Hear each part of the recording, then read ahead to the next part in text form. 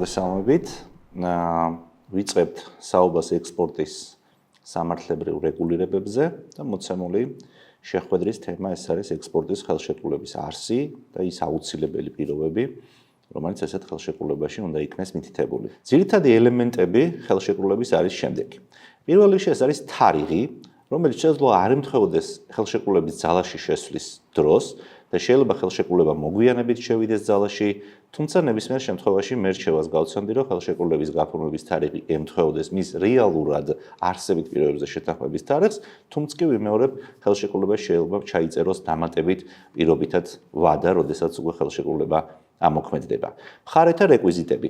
ჩემი რჩევაა, რომ დაწვრილებით დეტალურად და ამოწურვად მიუთითოს როგორც ექსპორტიორმა, ისე ტვირთის ვიმღებმა საკუთარი დასახელება, საიდენტიფიკაციო კოდი, უფლებამოსილი პირები, იურიდიული და ფაქტობრივი მისამართები, ასევე ხელშეკრულების საგანი და პროდუქციის აღწერა, რომელიც ასევე მაქსიმალურად დეტალურად არის უმჯობესი, რომ იქნეს მითითებული. წონა, ზომა, დასახელება, რათა ხელშეკრულებით იდენტიფიცირება და ადვილად მისახვედრი იყოს თუ რა სახის ტვირთზე და რომელ ტვირთზე არის კონკრეტულად საუბარი. უფლებრივი და ნივთობრივი მდგომარეობა. ჩემი აზრით ხელშეკრულებაში მკაფიოდ უნდა იყოს აღწერილი თუ რა ხარისხის ტვირთი გადაეცემა მიღებს. რაც შეეხება უფლებრივ მდგომარეობას, აქ არის საუბარი იმაზე, რომ ტვირთი არ უნდა იყოს დაგირევებული, ტვირთი არ უნდა იყოს უფლებრივი ნაკლის მატარებელი და შემდგომ მიმღებმა შეძლოს მისი თავისუფლად ეკონომიკური მიზნებისათვის გამოყენება. ტრანსპორტირების და მიწოდების პირობები, მხარეთა უფლება-მოვალეობები. ვინ აწვდის, ვის აწვდის, სად აწვდის, სად მთავრდება ექსპორტიორის უფლება-მოვალეობები, სად იწყება მიმღების უფლება-მოვალეობები, სად და ვიზზეა განაწილებული ტვირთის დაღუპვის ან ტვირთის დაზიანების შემთხვევები, ვინ და რაზე არის პასუხისმგებელი მიწოდებისას, რაზე არის პასუხისმგებელი მიღებისას, ამის ჩემი აზრით დეტალური გაწერა ხელშეკრულებაში აუცილებელია, რომ განხორციელდეს. ტვირთის დაზღვევაზე უფლებამოსილი პირები.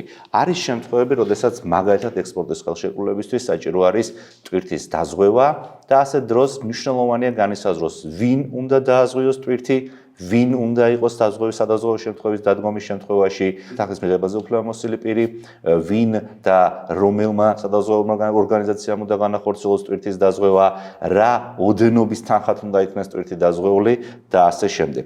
საბუთებთან დაკავშირებული მოთხოვნები. რა დოკუმენტები უნდა გაყვეს ტვირთს, რა დოკუმენტები უნდა მოამზადოს ექსპორტიორმა, რა დოკუმენტები უნდა გააჩნდეს თავის მხრივ იმპორტიორს, ეს საკითხები. სასამართლო და სამართლებრივი დავის საკითხები. რომელი ქვეყნის კანონმდებლობით განისაზღვრება მიწოდების სამართლებრივი ბუნება, რომელი ქვეყნის კანონმდებლობით უნდა გადაწდეს დავა, ესეც სასურველია ხელშეკრულებაში იყოს გაწერილი და ბოლოს მე ვემხრობი, რომ ყოველთვის არსებდეს გარდამავალი პირობები, სადაც მაგალითად ჩაიწერება, როგორ ხდება ხელშეკრულებებში დამატებების ანსულების შეტანა, რა ხდება იმ შემთხვევაში, თუ ხელშეკრულების რომელიმე პუნქტი გაუქმდება, ეს საკითხებიც უნდა იყოს აღწერილი.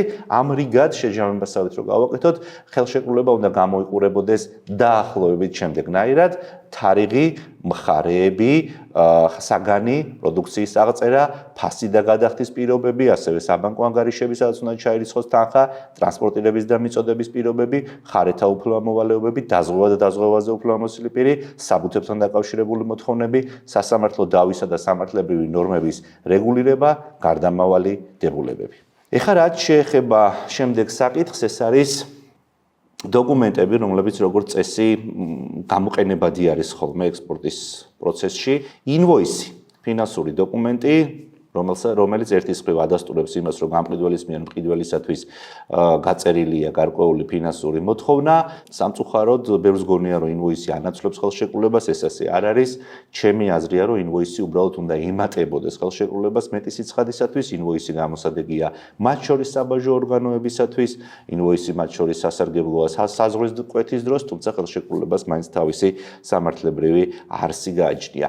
ექსპორტის სერტიფიკატი, რომელთა დასახელებაც და რომელთა ჩამონათვალიც განისაზღვრება და განიმარტება და განსხვავდება იმპორტიორი, ანუ დანიშნულების ქვეყნის სამართლიდან გამომდინარე, ამიტომ, როდესაც გადაწყვეტს პირი, რომ განახორციელოს ექსპორტი, მან ისიც უნდა გაითვალისწინოს, თუ რა მოთხოვნები არის დანიშნულების ადგილას იმ ტვირთთან დაკავშირებით.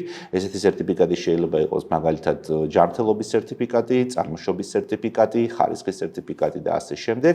საქართველოს შემთხვევებში ადგილობრივი კანონმდებლობა, ანუ ქართული კანონმდებლობა, როგორც წესი, განსაზღვრავს იმ უფლებამოსილ პირებსა და იმ ორგანიზაციებს, ორგანოებს, რომლებიც გაცემენ ამა თუ იმ სერტიფიკატს, მაგალითად სოფლის მეურნეობის სამინისტრო ან შესაბამისი სამსახურების, სურსათის ეროვნული სააგენტო, ჯანდაცვის სამინისტრო, სავაჭრო სამრეწველო პალატა, სხვა სპეციალიზებული სააგენტოები, საერთაშორისო სერტიფიცირების საერთაშორისო სააგენტოები და ასე შემდეგ და სერტიფიკატის გაცემა, როგორც წესი, მიმდინარეობს ხოლმე მოქმედი კანონმდებლობით ადმინისტრაციული სამართალწარმოების გზით. ცალკე აღსანიშნავია ISO სერტიფიკატი, რომელიც ადასტურებს, რომ პროდუქტი ან ორგანიზაცია აკმაყოფილებს კონკრეტულ საერთაშორისო სტანდარტებს, ხარისხს, უსაფრთხოებას, გარემოს დაცვის ან ადამიანის ჯანმრთელობის საკითხებში.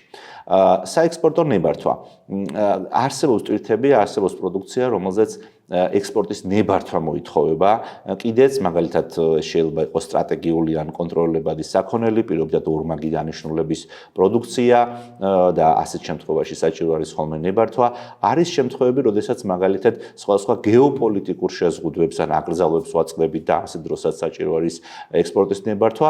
ასევე არის შემთხვევები, როდესაც სხვადასხვა საზოგადოებრივი ან ჯანმრთელობის ან გარემოს დაცვისათვის არსებობს სხვადასხვა მოთხოვნის სტანდარტები და ასეთ დროსაც ტვირთს მოეთხოვება ხოლმე საექსპორტო ნებართვის არსებობა. ნებართვა გაიცემა თავისი პროცედურებით, ეს არის ნებართვის განაცხადის შეტანა, განაცხადის განხილვა, განაცხადის დაკმაყოფილება ან მასზე უარის თქმა. ამ პროცესში ადმინისტრაციულ ან სახელმწიფო ან შესაბამის უფლებამოსილ ორგანოებს შეუძლიათ ხარვეზის დადგენაც, მაგალითად, რომელიც შემდგომ მაძიებელმა, ანუ განცხადებელმა უნდა აღმოფხვრას, უნდა გავითვალისწინოთ ისიც, რომ როგორც წესი ხარვეზის დადგენის შემთხვევებში ვადა ნებართვის გაცემისთვის ჩერდება და ამიტომ როგორც წესი ხარვეზი მალვევე უნდა აღმოფხვრათ. საბაჟო დეკლარაციაც ასევე, რომელსაც უკვე საბაჟო ორგანოები საჭიროებენ იმისათვის, რათა ტვირთი განბაჟდეს, ტვირთის საბაჟო დეკლარება მოახდინოს, ტვირთი შევიდეს დანიშნულების ადგილას, იქ უნდა იყოს მითითებული საქონლის სახეობა, ფასი, წარმოშობის ქვეყანა, დანიშნულების ადგილი, ტრანსპორტირების დეტალები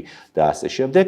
და ასევე არსებობს კიდევ ერთი სახის დოკუმენტი, როგორც წესი შესყიდვის ორდერი, რომელიც საკმაოდ ისე წარმატებულად გამოიყენება ხოლმე, ძალიან პოპულარულია როგორც წესი, მაგრამ ჩემი რჩევა არის ისევე როგორც ინვოისთან, რომ ხელშეკრულებას არ ანაცვლებდეს შესყიდვის ორდერი, როგორც წესი შესყიდვის ორდერი პრაქტიკაში უფრო მარტივად გამოიყენება მაშინ, როცა მხარეებს უკვე გააჩნიათ ერთმანეთთან გარკვეული იურიდიული სამართლებრივი ურთიერთობები, შესყიდვის ორდერში როგორც წესი დაიწერება ხოლმე პროდუქცია, ფასი, მიწოდების ადგილი და სხვა დეტალები, ოღონდ ძალიან მოკლედ, ამიტომ ჩემი რჩევაა, რომ გენერალური ხელშეკრულების არსებობის ქვეშ შემდგომ უკვე განხორციელდეს ამ დოკუმენტის გამოწერაც. რა თქმა უნდა, შესაძლებელია არსებობდეს კიდევ სხვა მრავალი დოკუმენტი, ამაზე უკვე მოგვიანებით ვისაუბრებთ. მადლობთ.